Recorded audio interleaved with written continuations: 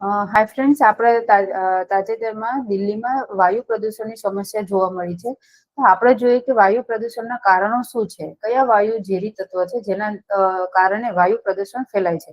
તો એક તો sulphur dioxide, carbon monoxide, lead, ammonia, nitrogen dioxide, એ બધા ઝેરી વાયુ તત્વોના લીધે આપણે દિલ્હીમાં વાયુ પ્રદૂષણની સમસ્યા જોવા મળે છે. તો આપણે જોઈએ કે વાયુ પ્રદૂષણ છે એના લીધે શું અસર થાય. તો આપણે જોયું કે શ્વાસ લેવામાં તકલીફ પડે, આરોગ્ય બોજ વધે. આપણે એક સર્વે જોઈએ, ઇકોનોમિક સર્વે 2021-22 નો. તો આપણે જોયું કે ભારતના બીજા રાજ્ય કરતા દિલ્હીમાં 3 વર્ષનું આયુષ્ય ઘટી ગયું છે. તો એ શું છે? આરોગ્ય બોજ છે, જળ પ્રદૂષણ. આપણે વારંવાર એનું ઉદાહરણ છે યમુના નદી. તો આવી સમસ્યા આપણે જોવા મળે છે.